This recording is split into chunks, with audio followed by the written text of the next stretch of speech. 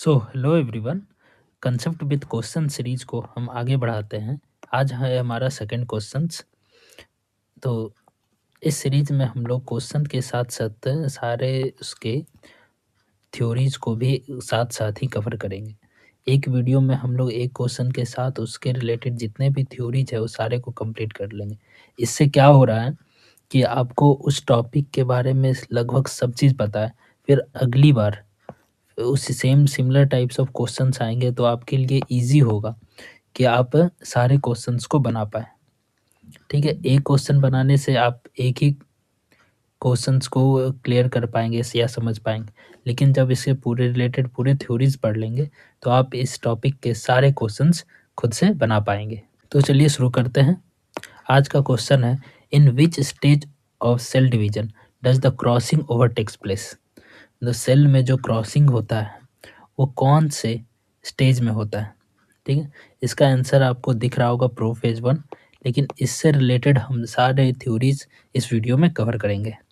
तो शुरू करते हैं। सबसे पहले सेल डिवीजन। सेल डिवीजन क्या होता है? जब कोई सेल, एक सेल है, वो डिवाइड करता है खुद दो सेल में, तो उसे डिवीजन कहते हैं। सेल आपस में डिवाइड हो रहा है तो उसको सेल डिवीजन कहते हैं। सेल डिवीजन दो तरह का होता है।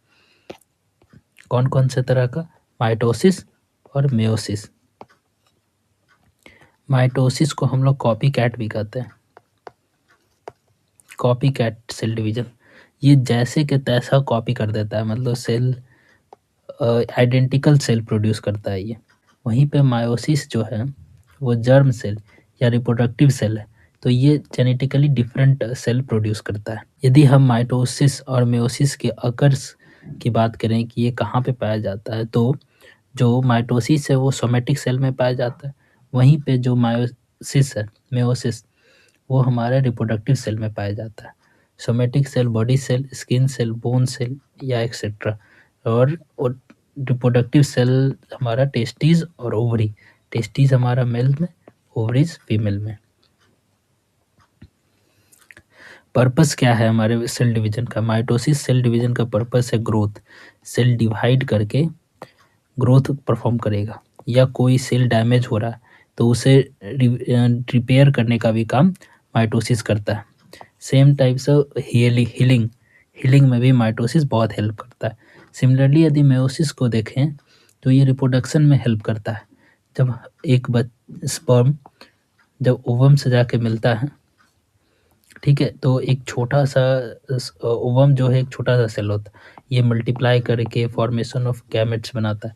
फिर उसके बाद बहुत धीरे धीरे करके हम लोग अपने पेट, माँ के पेट में डेवलप होते हैं। इसी तरह से कोई भी बच्चा डेवलप होता है। सेल डिवाइड कर करके एक पूरा का पूरा बॉडी प्रोड्यूस होता है। डिवीजन की बात करें तो माइटोसिस में सिंगल डिवीजन होता है, वहीं पे मेयोसिस में दो टाइप ऑफ डिवीजन होते हैं, टू सक्सेसिव डिवीजन, मेयोसिस 1 और मेयोसिस 2। डॉटर सेल की बात करें तो माइटोसिस जो है 2 डॉटर सेल प्रोड्यूस करता है, वहीं पे यदि मेयोसिस की बात करें तो 4 डॉटर सेल प्रोड्यूस करता है। क्रोमोजोम्स सेम सिमिलर क्रोमोजोम्स रह जाते हैं आफ्टर डिवीजन, ठीक है। वहीं पे हाफ क्रोमोजोम हो जाते हैं after division in meiosis. Genetically identical बच्चे पैदा होता है या आइडेंटिकल क्लोन्स सेल डिवीजन के थ्रू माइटोसिस में पाए जाते हैं। वहीं डिफरेंट जेनेटिकली वेरिएशन अकर्ड होता है मेयोसिस में। तो ये थे हमारे सेल डिवीजन्स, दो टाइप के, मेयोसिस और माइटोसिस। ठीक है, इसके बाद हम लोग एक एक करके देखेंगे कि कौन कौन से स्टेज होते हैं सेल डिवीजन में। तो सबसे पहला स्टेज है प्रिपरेशन फेज। प्रिपरेशन फेज को ही हम लोग इंटरफेज कहते हैं। ये लॉन्गेस्ट फेज है हमारा। Before division the cell prepare itself, तो उसे इंटरफेज कहते हैं। इंटरफेज के सब फेज हैं हमारे G1 phase, S phase, G2 phase, M phase. तो इसे बहुत ज़्यादा याद रखने की ज़रूरत है नहीं आपको। आप सिमिलरली S फेज को याद रखें, S फॉर सिंथेसिस और डीएनए रेप्लिकेशन। क्या होता है यहाँ पे? सिंथेसिस में डीएनए रेप्लिकेट होता है।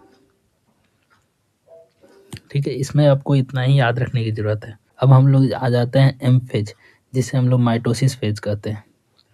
माइटोसिस के बारे में आप लोगों ने सब पढ़ लिया कि ये आइडेंटिकल सेल प्रोड्यूस करता है, ग्रोथ रिपेयर में हेल्प करता है, सिंगल डिवीजन है, 2 डॉटर सेल प्रोड्यूस करता है, क्रोमोसोम काउंट सेम रह जाता है। ठीक है,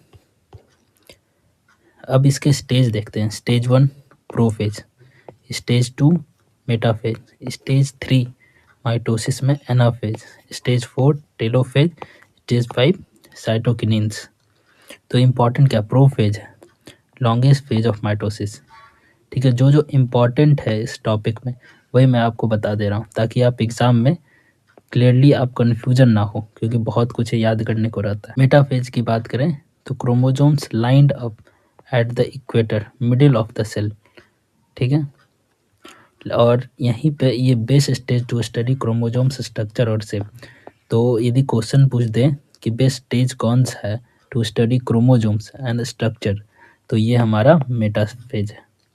एनाफेज शॉर्टेस्ट फेज है। प्रोफेज प्रो है, कोई आदमी प्रो है तो ये लॉन्ग है। ठीक है, एनाबेल शॉर्ट फेज, इस तरह से याद कर सकते हैं। टेलोफेज को हम लोग रिवर्स ऑफ प्रोफेज कहते हैं। Cytokinin cytoplasm division, plant cell form a cell plates, animal cell form furrows. Cytokinins में प्लांट सेल जो है सेल प्लेट्स बनाता है, animal cell forms a furrows. इस तरह से हम लोग माइटोसिस को कंप्लीट कर लिए।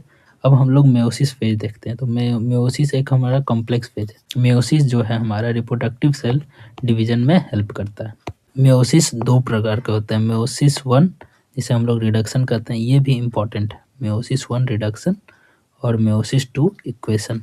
तो यहाँ पे जो सेल है वो जॉइंट होता है, और यहाँ पे जो मेयोसिस 1 में है सेल रिडक्शन होता है, जैसे क्रोमोसोम हाफ हो जाएंगे तो chromosomes number become half in this reduction phase.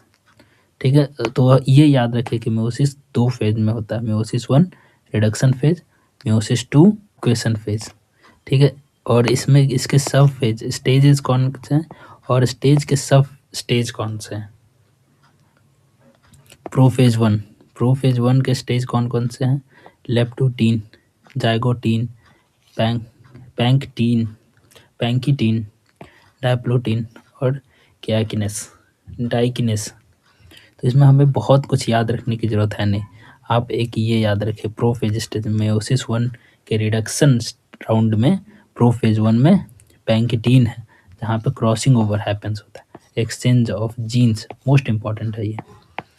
ये क्रॉसिंग ओवर कहाँ होता है, सब स्टेज है। स्टेज क्या है, प्रोफेज, डिवीजन क्या है, मायोसिस 1, इसके स्टेज के सब स्टेज में पैंक्टीन उसमें क्रॉस ओवर हम देखते हैं। ठीक है, इसके अलावा बहुत कुछ आपके पास इम्पॉर्टेंट है नहीं। और सेकेंड राउंड है मेयोसिस 2, जो कि सिमिलरली होता है माइटोसिस में।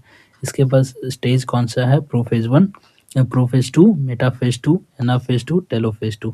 टेलोफेज 2 4 हैप्लॉइड सेल है। तो एग्जाम में कभी कभी पूछ देता है कि 4 हैप्लॉइड सेल किस में आता है, तो वो आपको इतना अंदर नहीं पूछेगा कि टेलोफेज 2 में है, वो सिमिलरली पूछेगा माइटोसिस या मेयोसिस। तो आप लोग मायोसिस एग्जाम्पल दे सकते हैं। ठीक है, तो ये हमने कंप्लीट किया आज सेल डिवीजन को। नेक्स्ट क्वेश्चन है हम लोग का टॉपिक, न्यूक्लियस कौन से सेल के पास नहीं होता। तो इस क्वेश्चन की हेल्प से हम लोग ब्लड के बारे में कल पढ़ेंगे। ठीक है, ओके, थैंक यू। यदि आपको वीडियो अच्छा लग रहा है तो आप लाइक शेयर और सब्सक्राइब कर सकते हैं।